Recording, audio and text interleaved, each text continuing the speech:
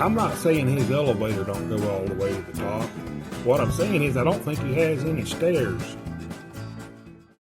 Now the CBD, call me a rube, call me a yokel. I am never going to buy a CBD product. I went onto a website who has gotten a lot of a company's website has gotten a lot of renown lately for CBD, and just looked at the prices.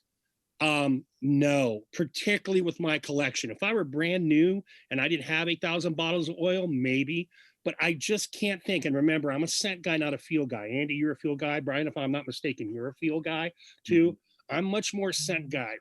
I'm lucky to have this beard that there's very few oils I've seen that have made me go, nah, I don't want to use that. I'm just not, I don't buy into the CBD. Oh my God, it's the best thing ever.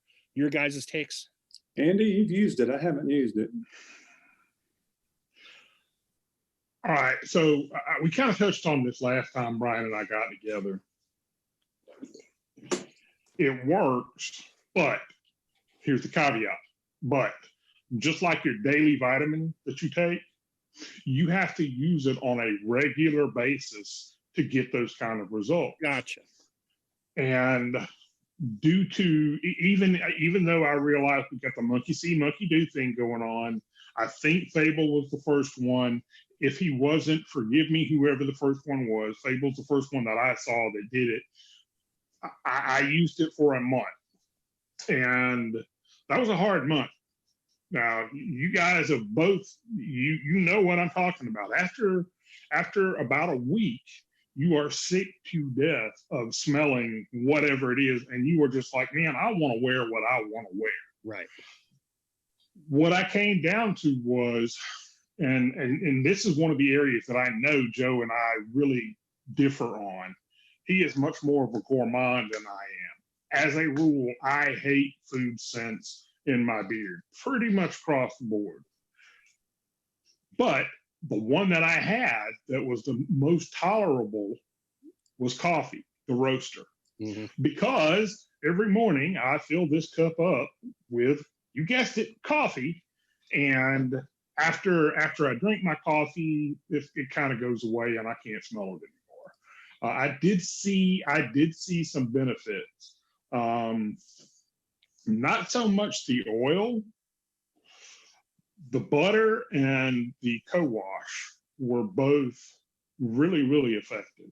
I could not see a demonstrable difference in his non-CBD and his CBD oil. Okay. But with the others, I could. I could definitely see using them every day. But that's kind of limiting, whereas I don't know how many bottles Brian has. I've given away hundreds. I'm sure Joe has too. It's a bitter pill to swallow. Brian, have you not, just because you're not buying anymore hardly, or you just don't want to? What's been your I'm cheap. Yeah, I've always been cheap. Fair enough. I've always been cheap.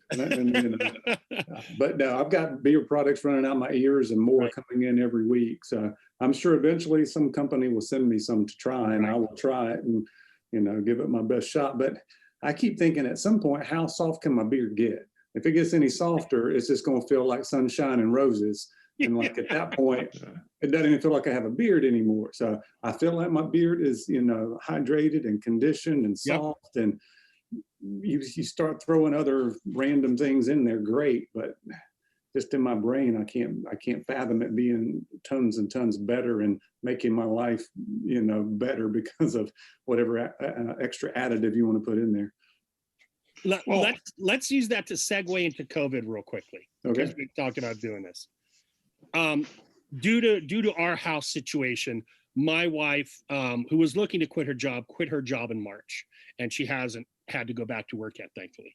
She gets migraines very easily from scent.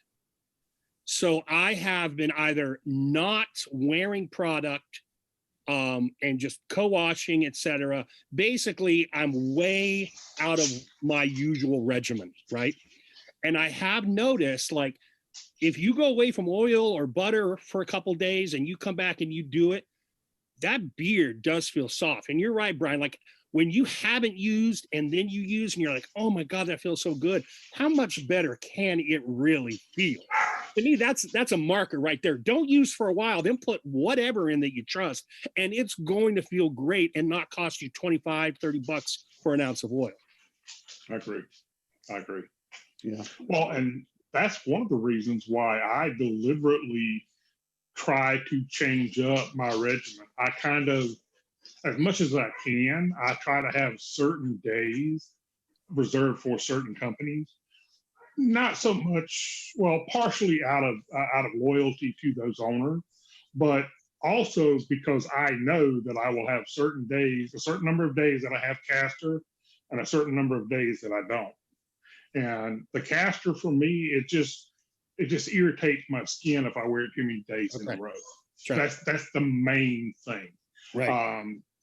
Beyond that, if it didn't irritate my skin, I would probably wear castor more often than not. So, so that's kind of how I. But I also, and Brian and I kind of talked about this before. I kind of think that doing it that way, I know that if you use the same shampoo every day in your hair, well, okay, in your hair, not in my hair, because obviously, yeah, that ship has sailed. But I've had master cosmetologists whenever I have hair, and I have long, luscious hair. They would tell me don't use the same shampoo every day. And of course, they were trying to sell you this, really expensive stuff that they had that whatever. But anyway, so your hair does get used to certain formulas, and it benefits you to change them up a little bit. Oh, so I try to change up my washes, try to change up my conditioners. See, I've got variety in everywhere but my co-wash. I find a co-wash and I stick with it. I usually buy a couple bottles at a time, but that's interesting. I may have to add one or two to the arsenal just to do that little, because I co-wash every day. I'm an everyday co-washer. So I think I've used co-wash maybe 2 or 3 times since July. Really? Now, why is that, Brian? Why is the co-wash? I did a whole series because it was the video came out about not putting silicone in, silicone and that kind of stuff. So I was like, you hear one person say this, you hear somebody else say that. I decided I was going to experiment myself. So make my own decisions. Yeah, there you go. So we had talked about what changes have we made since COVID. So for me, with my employer, they insist that we wear an N95 mask. Okay. Can you even or a KN95? Okay. So these things, it gets up in there and all of that. And I had a lot of breakage at first, and started thinking about it, started reading a little bit, and now I use Paul Mitchell's Extra Body about once a month to add a little bit of silicone in there, just to make it a little bit more resilient, because those masks come right under your chin and really jack it up pretty hard.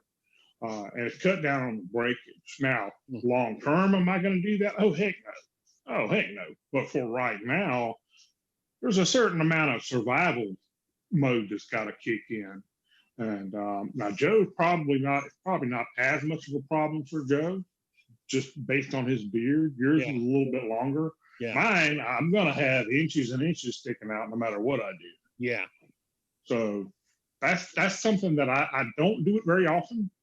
And it's very deliberate and kind of, okay, I want to do this very sparingly, but I want to try to add a little bit more to it.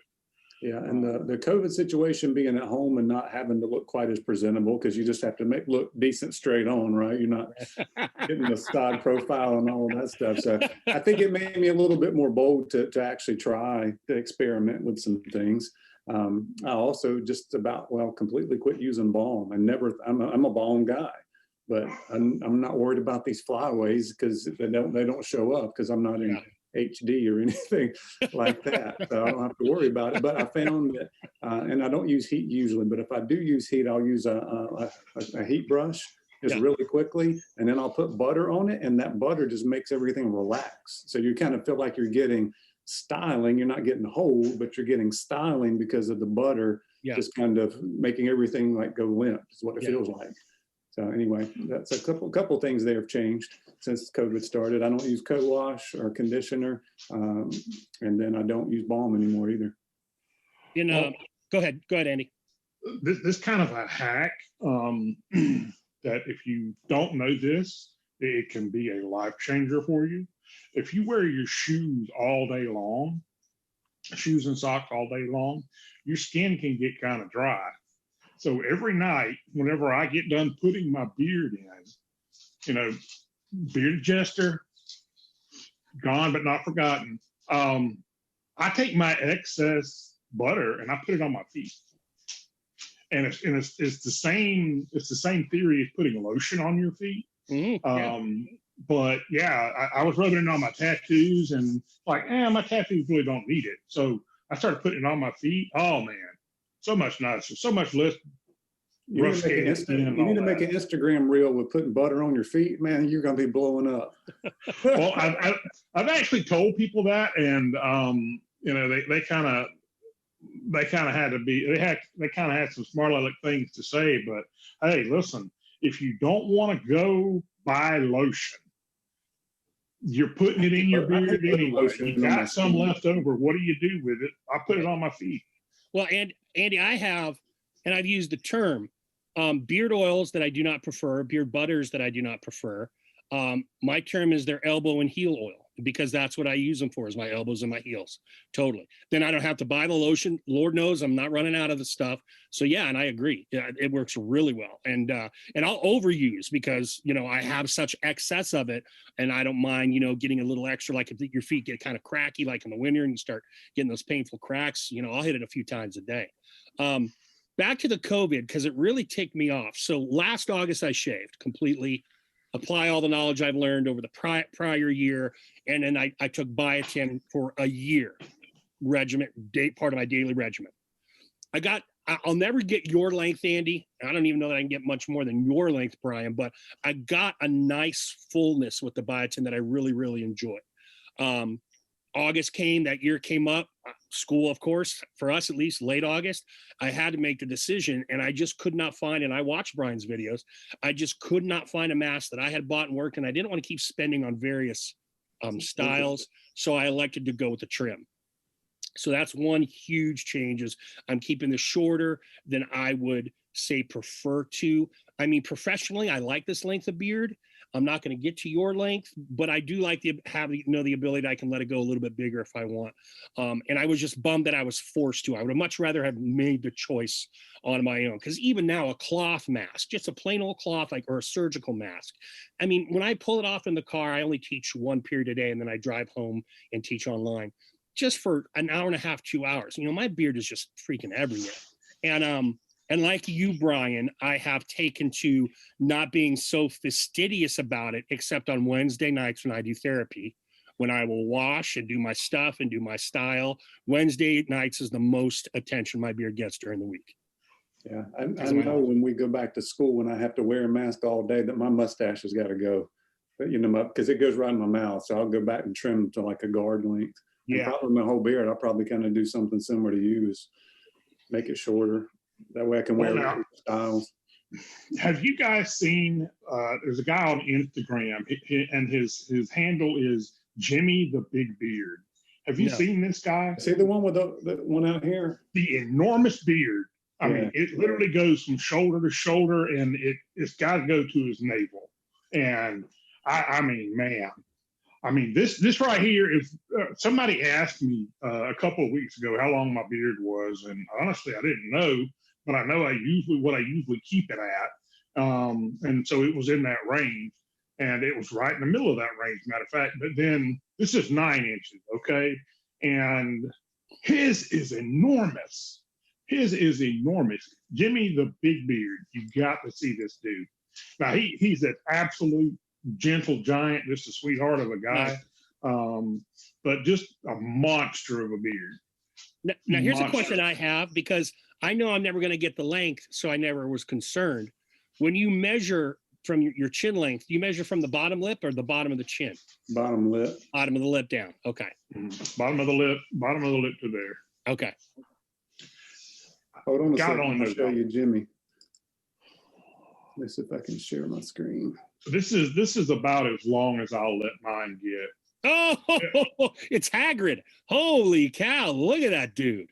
You think he's got to tease it to get it that wide, wouldn't you? Yeah, think? yeah. You got to tease it out there. I mean, at a point, everyone, do what the hell you want, but at a point for me, even my beard length now, when I eat certain things like a pizza or something, it just is annoying. Well, that's really more my mustache, but how can the dude eat without carving a tunnel, like putting apparatus to push everything back and down so he could eat? That's a lot of hair. To me, it would be the sleeping. You'd be laying on it. You try to turn your head and it's under your shoulder. That happens. That happens. That happens at my length. Yeah. At my length, whenever I lay down at night, sometimes it's like you just want to throw it over your shoulder and just get it out of the way. Or if you got if it's cold and you put the covers up to your chin, half of it gets in, half of it gets out, and that's when I got the trend. But mine got it just about that long. I could not stand it. Yeah, it was like, let me find a happy medium. I took pictures all along the way and kind of went back and reflected, and it's like, okay, this is kind of the shaping that works for me. This is about as big as mine's ever going to get. I even now, if it weren't November, I would probably trim a couple inches off of it. Now, how often do you trim? Because every time I've seen you, it's been about that same length. Yeah, mine to my knowledge, it's been pretty close. How often do you trim, Andy? Are you terminal? How often? Usually about once every 3 months. As far as like at the length of it, about once every 3 months. What's the shortest you go? What's the shortest you go? Like 6, 7 inches? About 7. Yeah, about 7. That's about as short as I'll go.